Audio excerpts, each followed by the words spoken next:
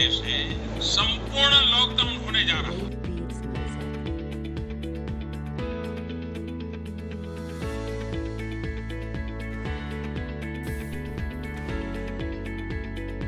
यश, हाँ आता तर लॉकडाऊन आहे. हाँ बिलकुल.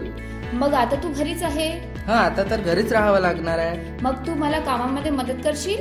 हाँ बिल्कुल, तुझ्यासाठी तर काही पण. ओ बेटा जी, जीने का मजा कभी नरम कभी गरम, कभी नरम नरम कभी गरम गरम, कभी नरम गरम नरम गरम.